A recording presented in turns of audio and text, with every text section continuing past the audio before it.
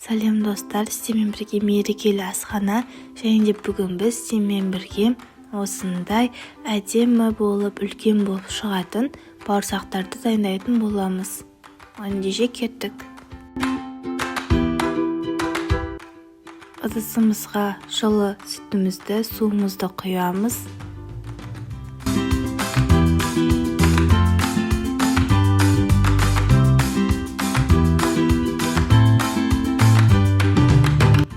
Үстіне қантымызды саламыз. Одан кейін дрожжымызды саламыз да араластырып, осы апараны 15 минутқа көтерілуге қоятын боламыз.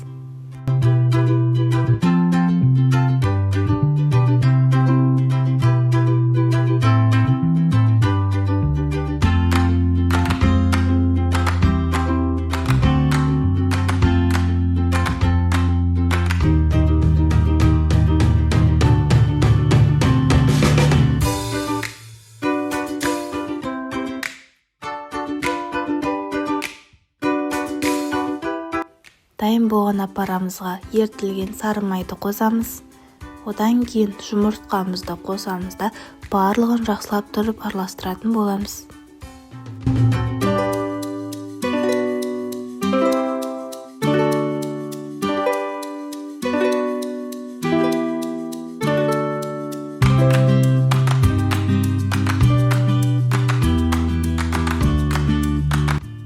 Үстіне тұзымызды салып, тағы да бір араластыратын боламыз.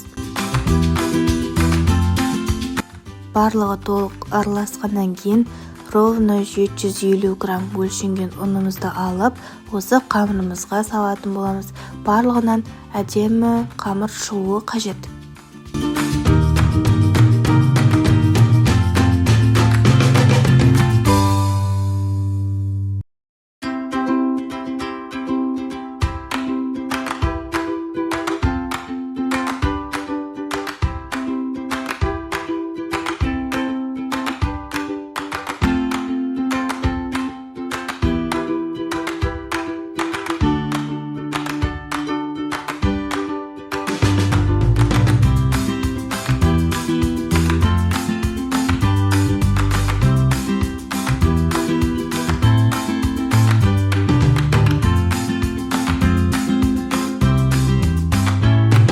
Толық иленген қамырымызды алып, сұйық мәмен орап, ыдысымызды барлығын майлаймыз және де 1-1,5 сағатқа жылы жерге қоятын боламыз. Жақсылап тұрып көтерілуі қажет қамырымыздың.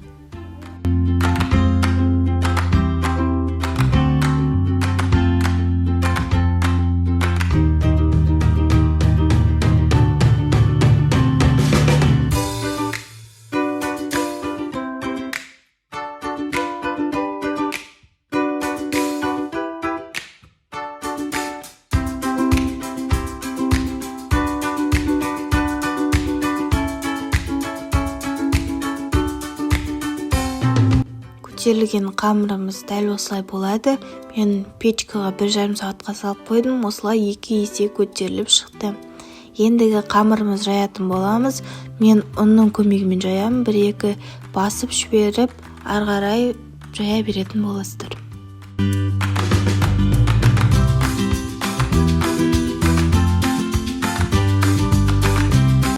Жайылған қамырларымыз дөңгелектепке солатын боламыз. Кез келген дөңгелек пішінді заттармен. Менде бұл жерде шайнектің ыдысы өткір болғандықтан өте жақсы өтеді, сондықтан да осымен кесіп алған болатын.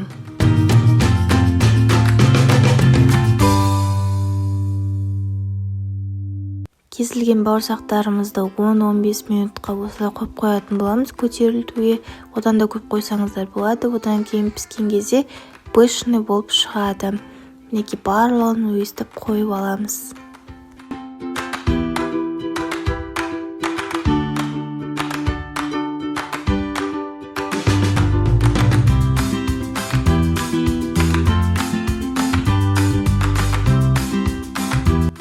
Дайын болған бауырсақтарымыз осылай болып шығады. Ас болсын.